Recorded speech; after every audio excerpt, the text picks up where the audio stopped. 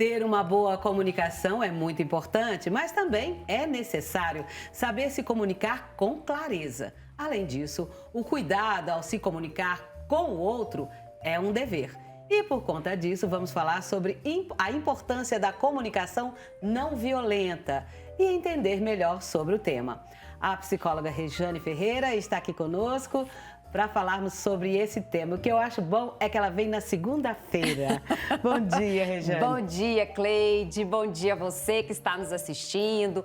Tão bom, né? Começar a segunda-feira falando de temas que são muitas vezes tão inerentes ali na nossa rotina, mas quando a gente reflete um pouquinho mais, a gente fala, puxa, tem como eu levar a vida de uma maneira um pouco melhor. E eu acho que esse é o propósito das nossas conversas, inclusive o tema de hoje. Exatamente. Então vamos começar agora. O que é a comunicação não violenta? A comunicação não violenta também pode ser chamada de comunicação compassiva. Na verdade, é uma técnica que foi apresentada, desenvolvida e apresentada ao mundo através de um psicólogo americano chamado Marshall Rosenberg. Ele desenvolveu isso no início da década de 60, mas ele fez vários cursos em todo o mundo promovendo essa técnica em várias situações de conflito, conflitos pessoais, conflitos dentro de organizações e até mesmo conflitos de guerras, com situações políticas adversas, traçando possibilidades do ser humano ter uma interação menos violenta. Então, até a década de 90, mais ou menos, ele teve um grande avanço mundo afora e até os dias de hoje, esse curso de comunicação não violenta existe. Eu até acho importante eu narrar aqui, eu não passei pelo curso de formação, claro que eu tenho uma noção sobre a proposta, a ideia, né? Mas tem pessoas que são especialistas nisso, mas algo que eu gostaria de trazer bem para o nosso dia a dia. Essa ideia da comunicação não violenta, comunicação compassiva, ela não vai tirar a possibilidade de termos conflitos, de termos divergências. A proposta maior é que a gente saiba interagir de modo mais assertivo, mais claro entre as pessoas, admitindo uma postura muito mais de empatia, de compaixão, de discernimento, do que de julgamento, de ataque, de defensiva, porque aí o nível de agressividade entre as pessoas tende a aumentar muito. Vamos partir para uma coisa prática.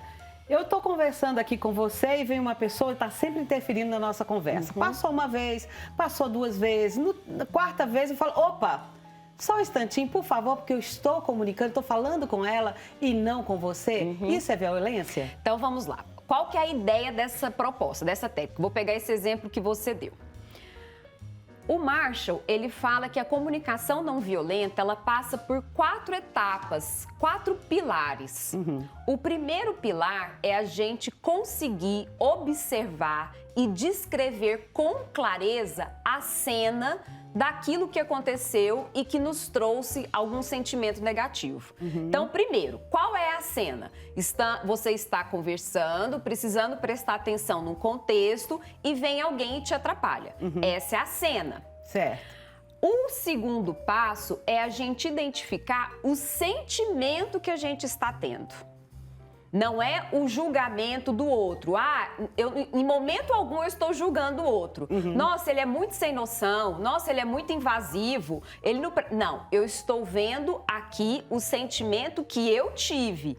Então, eu fiquei irritada, eu fiquei triste porque aquilo que eu estou fazendo não está rendendo, isso vai me atrapalhar. O que eu estou sentindo?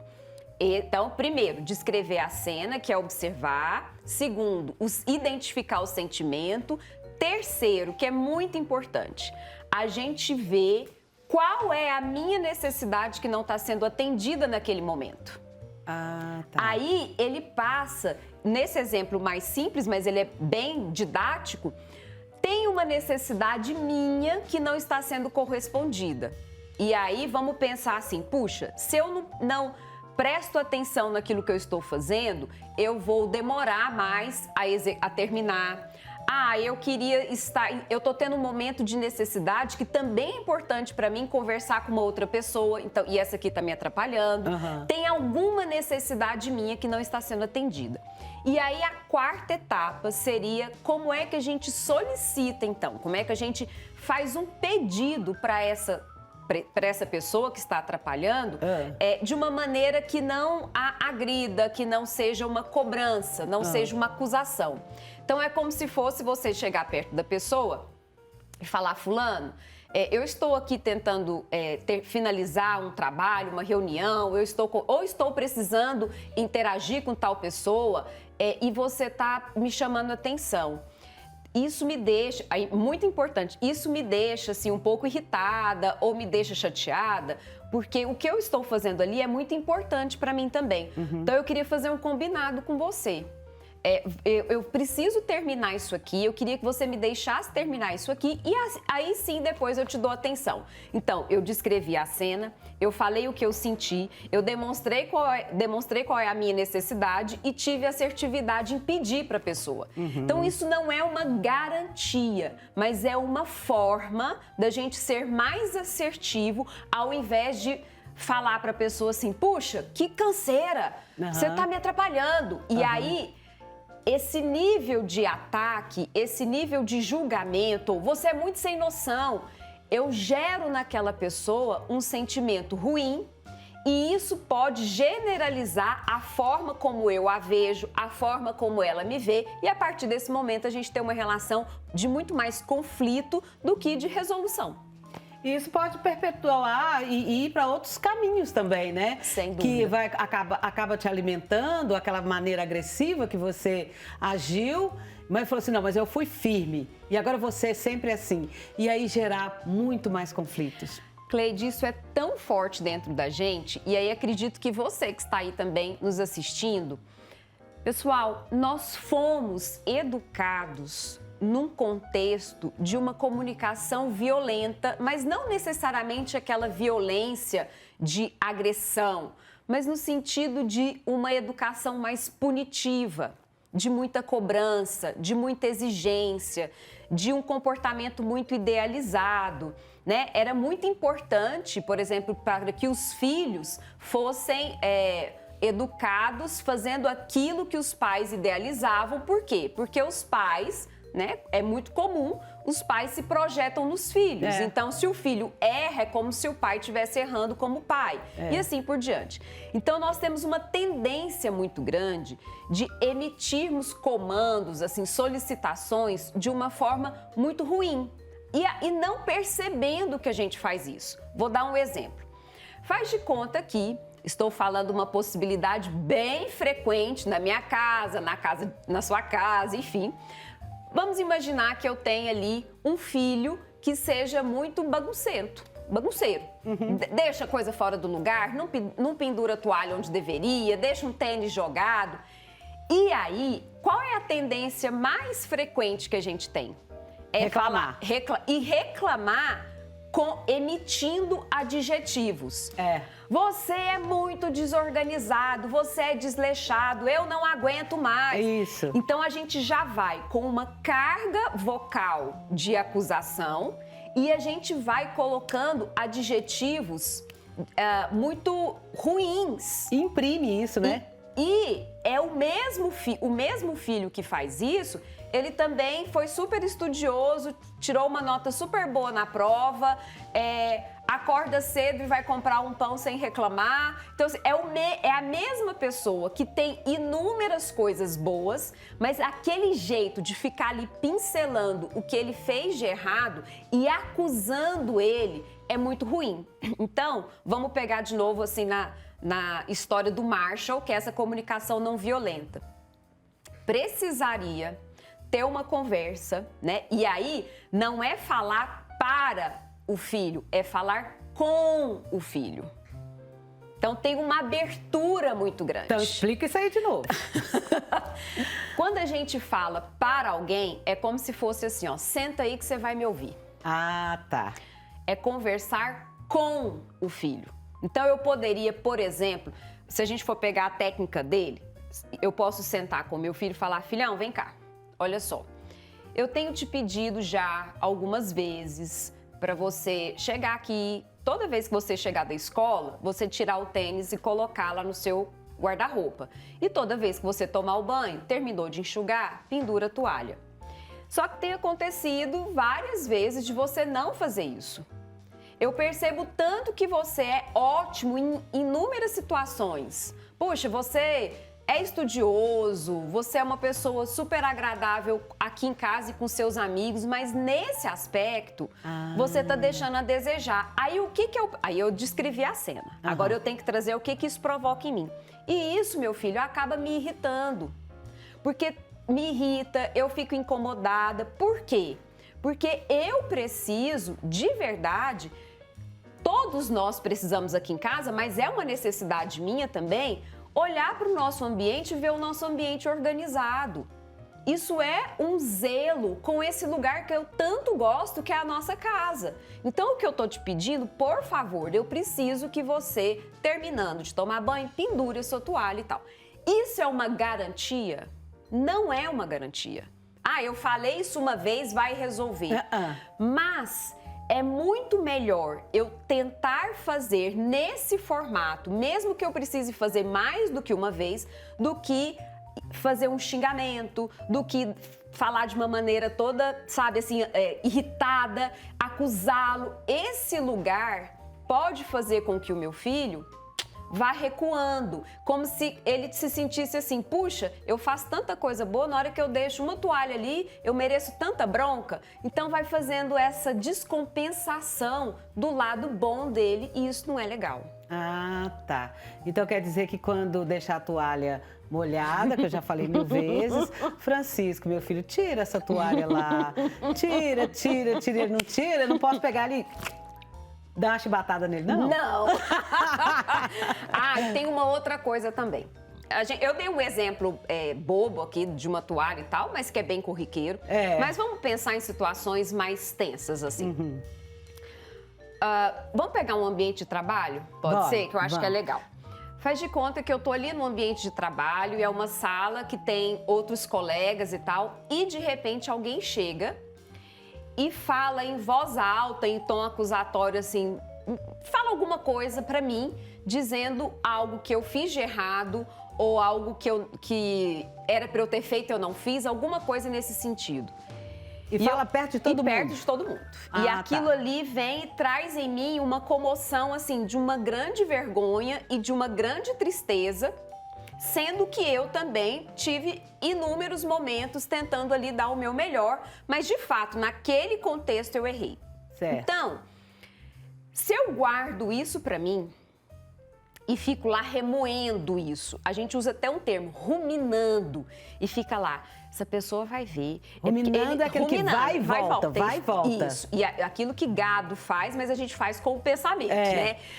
Mas eu fiz aquela vez, olha, aquela pessoa um dia precisou de carona, eu fui lá e ofereci carona pra ela. Nossa, aquela pessoa uma vez, ela precisou que eu fizesse, que eu cobrisse ela em tal contexto, eu fui lá e fiz. E agora, por causa disso, gente, eu faço dessa história um livro de terrores. E me coloco naquele lugar de pronta pra atacar.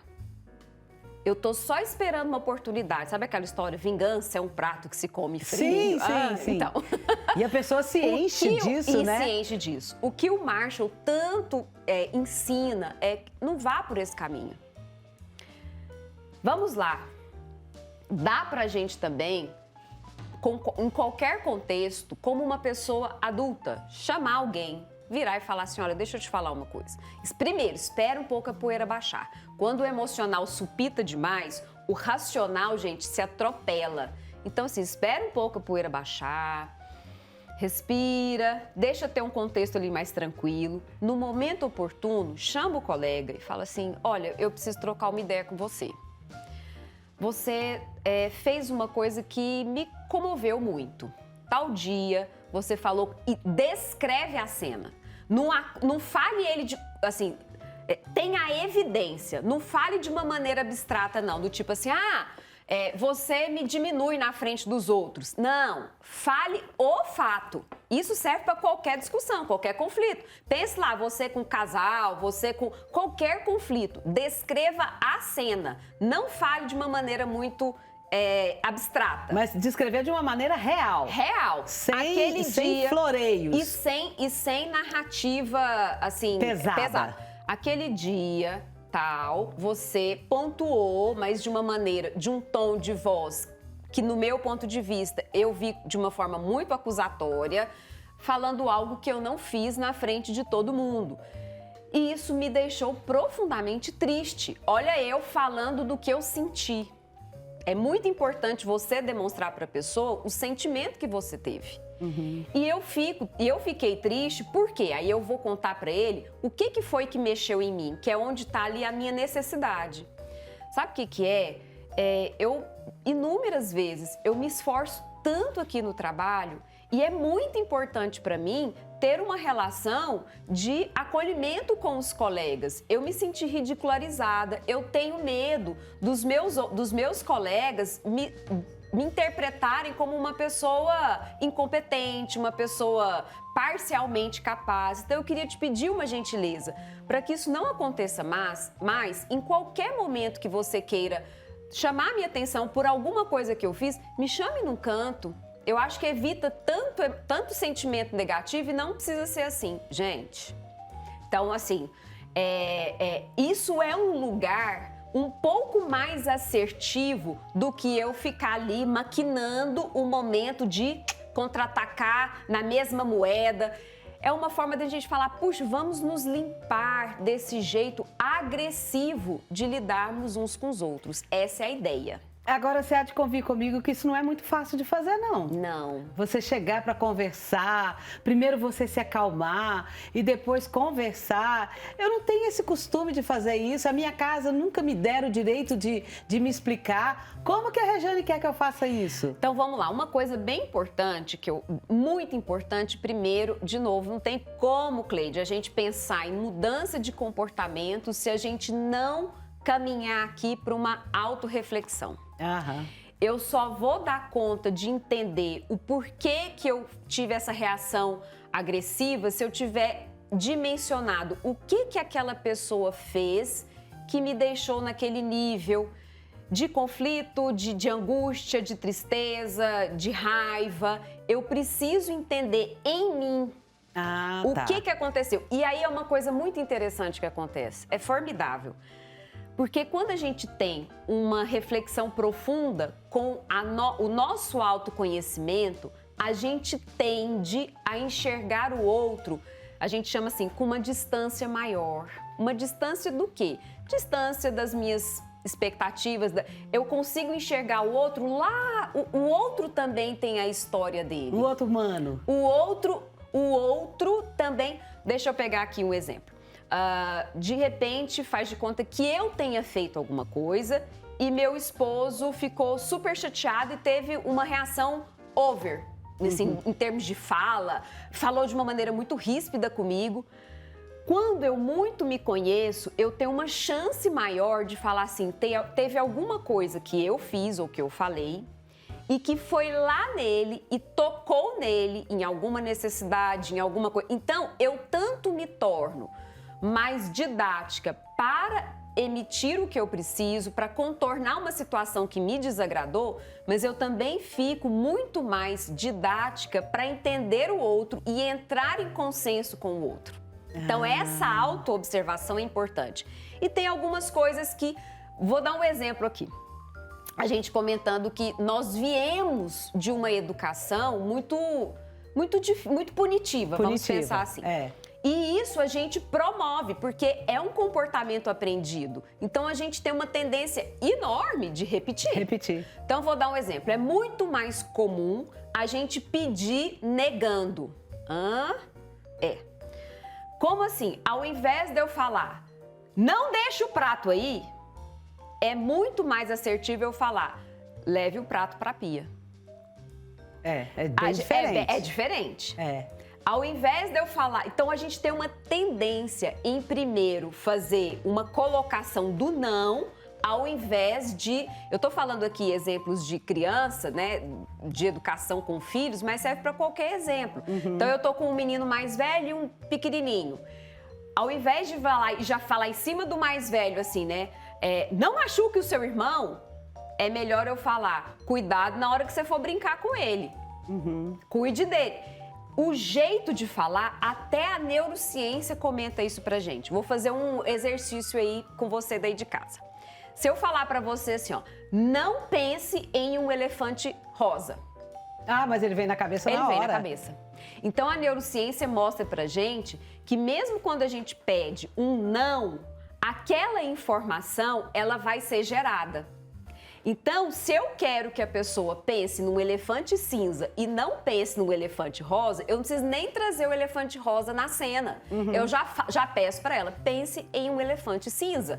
Então, eu vou de um jeito muito mais assertivo. Só que a gente faz isso de uma maneira muito frequente, porque foi a maneira que a gente foi sendo ensinado e que nossos pais foram ensinados pelos nossos avós e assim por diante. Mas olha o tanto que é bom a gente ir se dimensionando e se reconfigurando. Não é legal? Com o certeza. ser humano é muito passivo desse progresso em vários sentidos, inclusive, obviamente, na interação uns com os outros. Rejane, mas será que não tem no fundo aí uma certa vingancinha, tipo assim, eu já pedi pra você não deixar essas coisas aqui em cima da mesa. Você tá fazendo isso porque você aprendeu com aquela outra fulana, né? Que você tá convivendo muito com ela, você tá igualzinha a ela. Quer dizer, na verdade, eu queria era alfinetar a fulana. Você tá falando uma coisa muito bacana. Aí, de novo, por isso que pra gente ter dimensão da comunicação não violenta, eu preciso passar por uma reflexão aqui.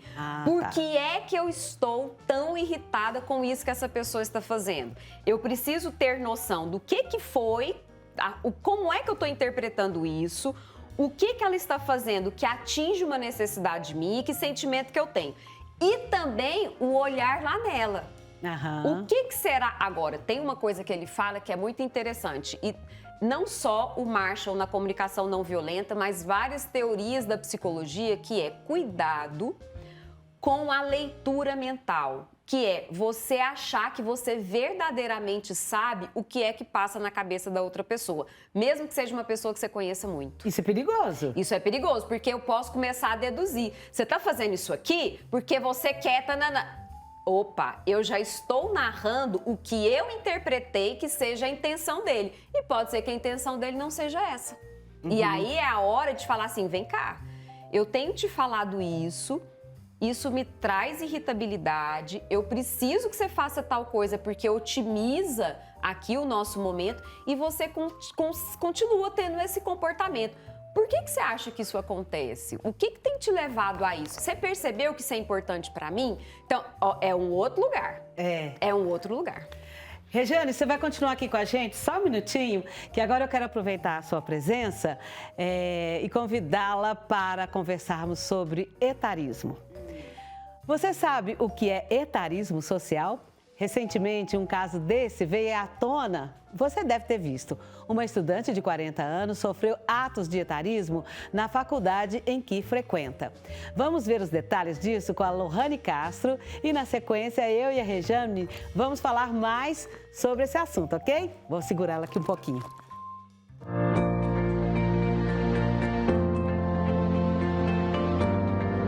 Quase 15% da população brasileira é idosa e, segundo o IBGE, em 2019 a expectativa de vida no Brasil era 76 anos. Apesar de toda a longevidade e uma boa qualidade de vida, os idosos ainda sofrem muito preconceito. O problema é que parte da sociedade tem várias opiniões de como os idosos devem agir e pensar. Isso ganhou até um nome: etarismo. É o preconceito com a idade da pessoa. Então, quanto mais velha a pessoa vai ficando, tem pessoas que têm preconceito, acham que elas têm que se vestir, têm que ser de tal jeito, têm que se vestir de um jeito para a idade dela. Gente, 15 do dia, como desmatriculou um colega de sala? O tema ganhou repercussão no Brasil neste mês após a divulgação de um vídeo em que estudantes do curso de biomedicina de uma universidade particular de Bauru, interior de São Paulo, debocham de uma colega de 40 anos. No vídeo, uma das estudantes ironiza que quer desmatricular a colega pela idade dela e afirma que era para ela estar aposentada.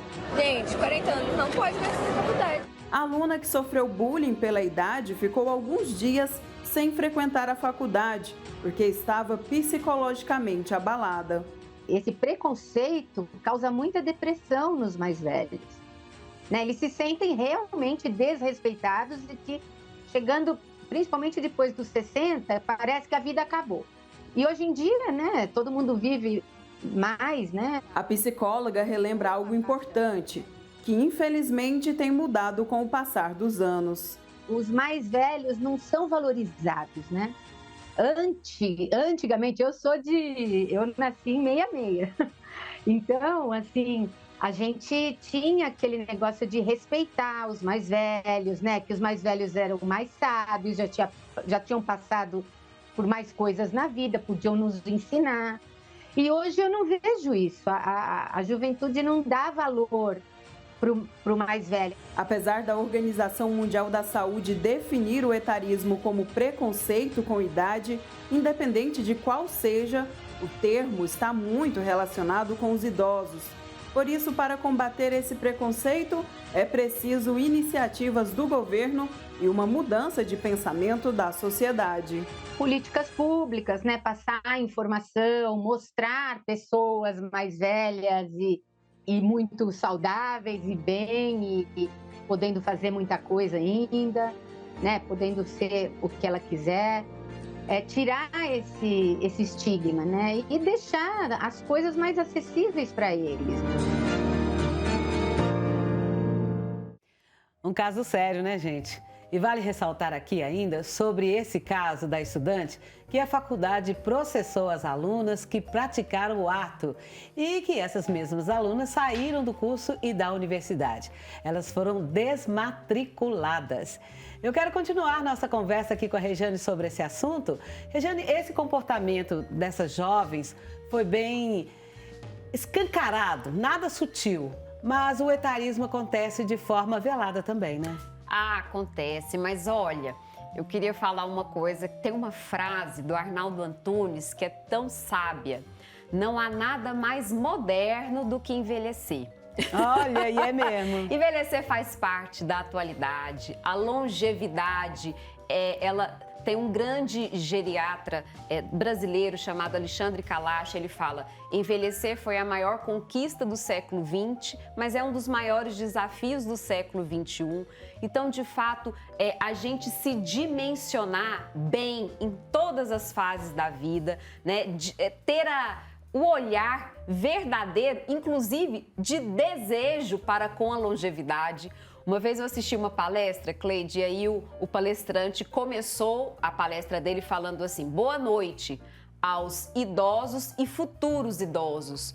Nós que não estamos ainda na fase do envelhecimento, a gente precisa se projetar para esse envelhecimento de uma forma vivificada, de uma forma com entusiasmo, parar de colocar a faixa etária tal à margem, acima de tudo, à margem dos desejos, como se alguém atinge determinada idade e a partir daquela idade ela tem ali uma vida fadada a aguardar a morte, ela não tem mais com o que realizar, desejar, progredir, fazer o que quiser.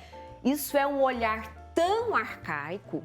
Então, olha, enfim, espero, né, que essas jovens possam aí, claro, obviamente, já vão ter aprendido com todo o rebuliço que já deve ter acontecido na vida delas, mas também colocar esse fato para várias outras pessoas, jovens ou não, que têm ali um olhar tão inadequado, de tamanha esquiva, de tamanha marginalização a questão do avanço da idade. Se Deus quiser, Cleide, eu quero viver quanto mais Deus me der a oportunidade. E, mais uma vez, de uma forma desejante, com dignidade e me sentindo muito confortável em realizar aquilo que eu estiver com vontade de realizar. Então, seja uma faculdade, seja um relacionamento amoroso, seja uma mudança de vida, seja curtir aquilo que for possível de ser curtido, mas me sentindo, acima de tudo, pertinente em me colocar nessa sociedade que envelhece de uma forma desejante com a vida. Eu tenho o meu exemplo, todos os dias aqui, eu sempre digo isso, que eu estou aqui na TV Pai Eterno tem 1 ano apenas. E quando eu falo assim, no meu programa de rádio sábado passado mesmo, eu disse, estavam falando sobre produtos naturais, e eu falando que eu tomo, há mais de 8 anos eu tomo colágeno. Eu tenho a pele boa porque é de herança e também porque eu me cuido. Aí as pessoas, nossa, você tem 67 anos, você não fica com vergonha de dizer isso, não? Eu falei, muito pelo contrário. Eu sou uma privilegiada de estar com essa idade, com esse entusiasmo e gostar demais da vida. E olha, eu fiquei sabendo que a Palmirinha, que está na casa dos 90, está indo para a faculdade. Olha só. Olha que maravilha. Essa história que você comentou do preconceito velado, a gente vê muito nisso. Né? Nossa, mas eu não quero comentar a minha idade. Por que não? Uai. Porque comentar a idade já abre espaço para você ser interpretada como alguém incapaz, alguém refém do não pertencimento. Então, essa ideia de olhar para a idade com gratidão, com um profundo acolhimento, e eu até mesmo vou falar, viu, gente? De uma maneira até envaidecida, claro. Entendeu? Olha, eu estou aqui lembrando, gente, mais uma vez, a gente faz umas noias na nossa cabeça, a gente acha que criança tem o direito, cada uma é de um jeito. Adolescente, mais ou menos, camufla ali entre grupos, mas cada um é de um jeito, cada um vai escolher uma coisa na vida. Adulto, sem sombra de dúvida, cada um é de um jeito. E achar que no envelhecimento, o idoso é tudo igual. Retardado. Tem que cuidar dele. Sabe uma coisa, assim, a gente ainda tá vendo essa fase da vida com olhos muito distorcidos. Talvez eu enxergo isso assim, pela profunda ignorância da humanidade, que ainda não está se dimensionando, que inclusive nós vamos viver muito. A geração que vai chegar aos 120 anos já nasceu. Pronto. Então a gente tem que ter uma noção, inclusive, vou dizer mais uma. Se tudo der certo, se a gente tiver o privilégio, né, de poder viver por muito tempo, a fase do envelhecimento é a fase que mais vai perdurar na nossa vida. A infância dura tantos anos, a adolescência tantos anos, a vida madura tantos anos e o envelhecimento mais tempo. Então, pessoal, vamos acolher isso com muita gratidão acima de tudo, com muito entusiasmo e com vida desejante. Isso é conversa para mais de metro, que na semana que vem a gente volta aqui. Pessoal, Rejane, que Deus te abençoe, muito obrigada. Obrigada, Cleide, uma boa semana para todos nós.